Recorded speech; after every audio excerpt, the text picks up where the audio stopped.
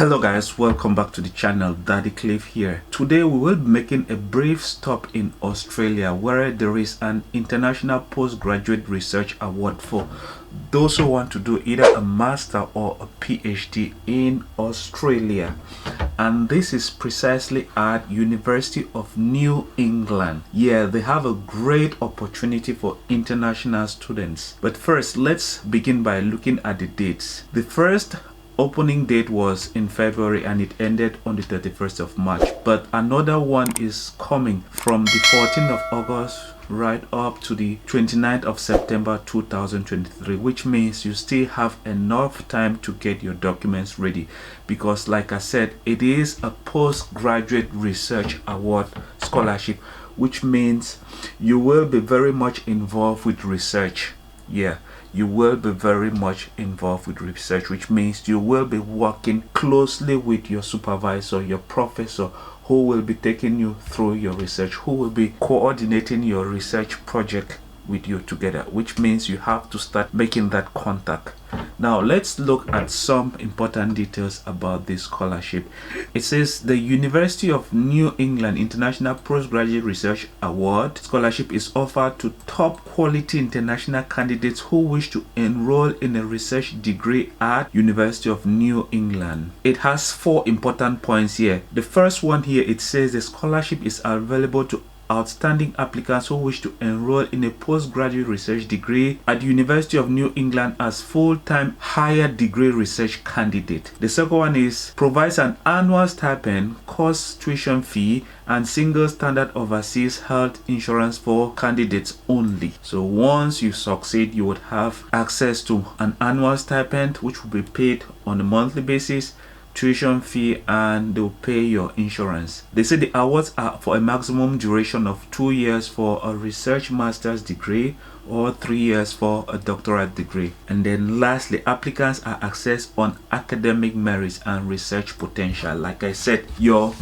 past course and your research potential, your ability to carry out research, will be very much determinant in you succeeding in this scholarship. Now, this is a stipend, a fixed annual stipend of $29,863. Tax rate for full-time candidates paid on a fortnight installment. Maximum duration 3 years full-time for a doctorate, 2 years full-time for a research master's degree. How to apply? It says applicant can only be accepted during the scholarship round dates. Please make sure you read the higher degree research candidate and scholarship guideline. This is the document. It is a very important document that you would have to make sure you read carefully. Normally you would have to either apply using a hard copy or apply online by accessing this link here. The link will only be available when the scholarship starts, so you would have to create a username and then fill out the necessary information. Secondly, you would have to complete the higher degree research candidate and scholarship form. This is the form here. The form has some checklists that you would have to check to prove that you've submitted these documents that are available here. Secondly, you would have to decide if you are a candidate or you want to apply for both candidate and scholarship. So I think most people would have to go with this. In case you have any problem, there is a contact number here, or you can email them by clicking this link. So you would submit hard copy or soft copy like I said before, and then there's a section where you have to provide your personal and academic details. Citizenship, you have to prove your citizenship. It is important to know that international applicants with a passport that is not either from New Zealand or Australia would have to provide a certified notarized copy of their passport that also indicates their country of birth. So you would have to indicate your citizenship and your country of birth. You might have a different citizenship and you were born in a different country. And then English proficiency. It is very important to note that if you have any of the standardized English test scores like IELTS, TOEFL, you can provide. So if you have one of them, you have to take yes. But in case you do not have it, there is this section on English language requirement.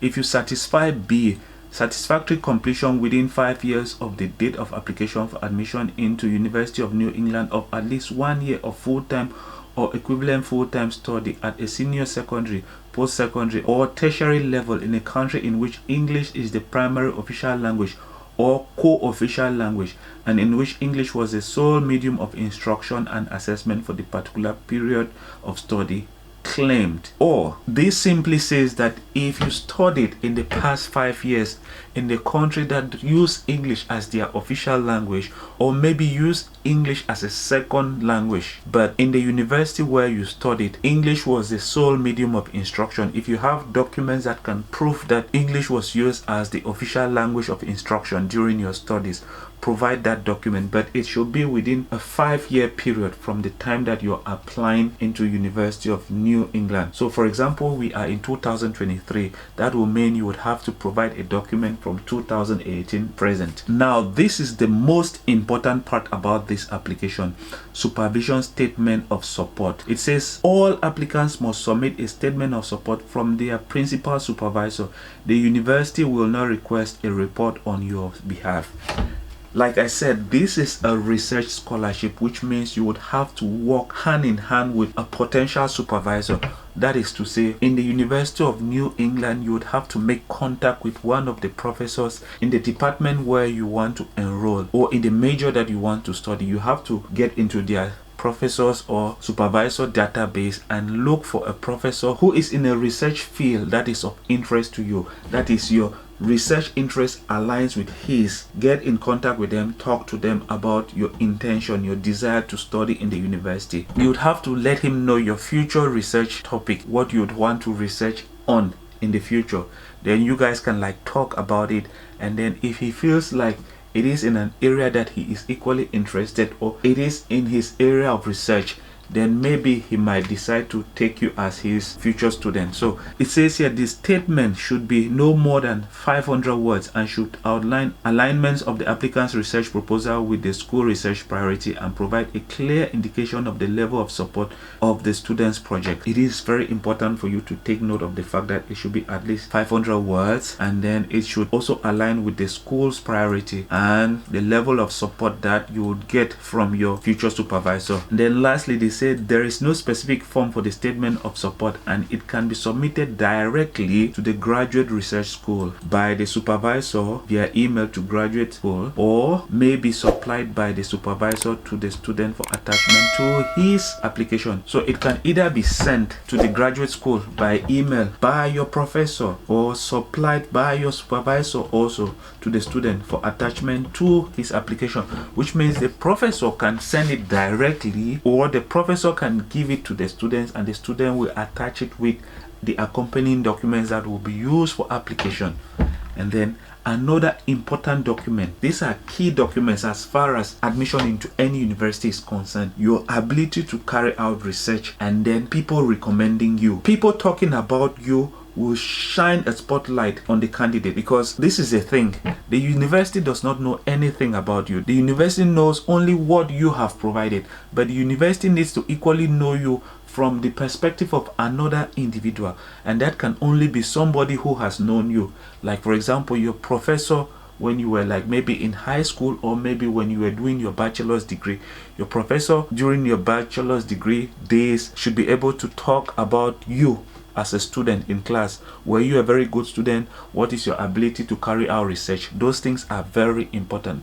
So they would provide a reference or a recommendation letter talking about you, so that the university can like try to understand what your past professor thinks about you, or maybe 2 or 3 professors, it depends. But for this case, it says all applicants must provide 2 referee reports. The university will not request reports on your behalf, which means you have the responsibility to go see your past professors during your bachelor's days and ask them to recommend you, or to write a reference letter talking about you. They should write it in such a way that it can help you get this scholarship. It is very important. For those who were not very close to their professors when they were doing their bachelor's degree, it might be very difficult, which is why it's always very important to get used to your professors, get closer to your professors, because in the near future you might need them for cases like this. Secondly, the referees must be qualified to speak with knowledge about your work during the qualification, most relevant to this application, and your capacity for research. Very important. If you are also basing this application on relevant work experience training, at least one of your referee must be able to comment on your relevant experience. So you can either use your professor during your bachelor's days. They should be able to talk about how you were as a student. Or if you are using an employer, if you want to get a reference from your boss should be able to talk about your work ethics. He should be able to talk about your ability to work, your performance at work. It is very important. You should be able to say things that will help them give you this scholarship. You should be able to talk about your ability to carry out research for the goodness of the company where you're working at. Third, you must provide contact details of your referees on the application form and ask them to submit their written reports directly to the university on the reference report form. Very important. And lastly, referee reports must be submitted no later than 1 week after the closing date of the scholarship. It is important to note that the closing date is 29 of September 2023, which means you would have 7 more days. So guys, this is a very important scholarship. I cannot stress the importance of you reading the application guidelines. It has every instructions as to what will help you in succeeding in this scholarship. There are informations like this one: candidature application, proposed research degree, proposed method of study, proposed start date of campus study. All of this information, you must know them. And then research proposal. This is the key. You would have to provide background and context, aims, methodology, expected outcome of your future research, significance of your research, how it's going to help, timeline. It is very important that you go through this document when preparing your documents for application. I cannot overstress the importance of application guidelines. I always tell people that the reasons why most people fail in getting scholarships is because they do not read the application guidelines. Also, read this section on scholarship application. It is very important that you read this document before you start filling out the application form. Very important. That being said, guys, let's end the video here. Do not forget to subscribe for future opportunities like this one, because they will always be available on the channel. I wish you the best of luck in your application, and I will see you in the next video. Bye bye.